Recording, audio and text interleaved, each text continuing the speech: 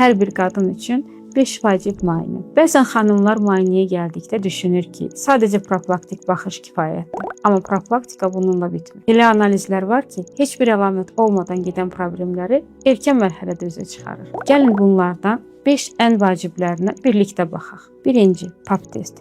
Uşaqlıq boyunun histologiyası. Bu analiz uşaqlıq boyunundakı hüceyrə dəyişikliklərini göstərir və ən önəmlisi odur ki, problem hələ başlanğıc mərhələdəykən bizə məlumat verir. 2. HPV testi. HPV çox vaxt gizli qalır, amma bəzi tipləri risklidir.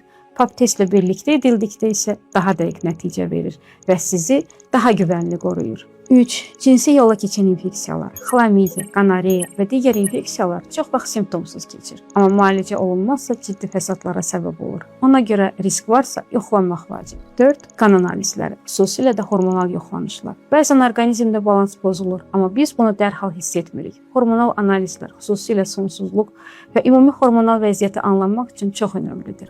Və 5. Ginekoloji ultrasəs müayinəsi.